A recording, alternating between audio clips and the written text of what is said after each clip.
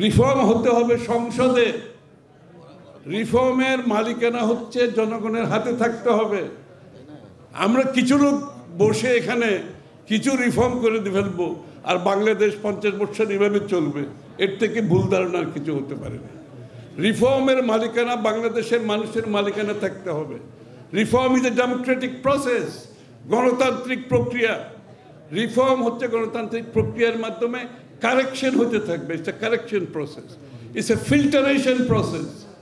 Reform কেউ একা বসে একটা টেবিলে রিফর্ম করে না, এটা গণতান্ত্রিক প্রক্রিয়া, এটা সংসদে হতে হয়, এটার ওনারশিপ থাকতে হয়, রাজনীতিবিদদের মধ্যে জনগণের মধ্যে ওনারশিপ থাকতে হয়।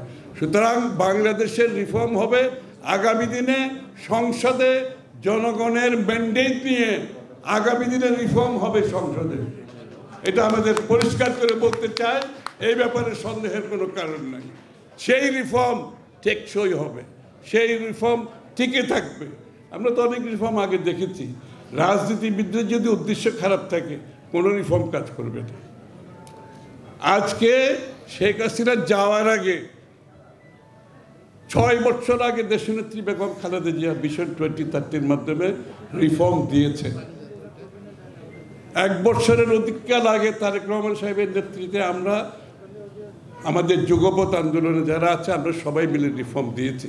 কারণ আমরা শেখ হাসিনা চলে যাওয়ার পরে যেই বাংলাদেশ পাবো এটাকে মাথায় রেখে, আগামী দিনের কি বাংলাদেশ চাই এটাকে মাথায় রেখে 31 দফা রিফর্ম আমরা জাতির সামনে দিয়েছি।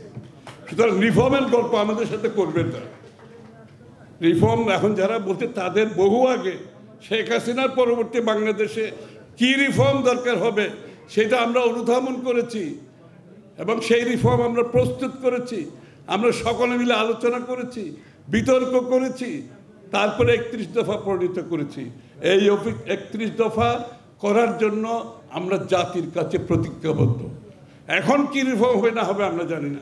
আমরা কিন্তু আমাদের 31 দফা সকলে মিলে আগামী দিনে জাতীয় সরকার গঠন করে তারেক রহমান সাহেব যেটা ঘোষণা দিয়েছেন তার মাধ্যমে 31 দফা রিফর্ম আমরা করব। এখন কিছু হলে ভালো, না হলেও অসুবিধা নাই, কিন্তু রিফর্ম হতে হবে সংসদে। 31 দফা আমরা আগামী দিনে জনগণের ম্যান্ডেট নিয়ে জাতীয় সরকার গঠন করে আমরা সংসদে আগামী দিনে পরিপূর্ণভাবে আমরা 31 দফা বাস্তবায়ন করবো ইনশাআল্লাহ জাতির সামনে। সুতরাং রিফর্মের গল্প আমাদের সামনে করে কোনো লাভ হবে না। রিফর্ম হতে হবে সংসদে, রিফর্ম হতে হবে জনগণের, সেটা ডেমোক্রেটিক প্রসেসের মাধ্যমে, কারেকশনের মাধ্যমে, ফিল্টারেশনের মাধ্যমে চলমানভাবে রিফর্ম চলতে থাকবে। রিফর্ম কারো কোনো মালিকানার কিছু নাই, রিফর্মের মালিক হচ্ছে বাংলাদেশের জনগণ।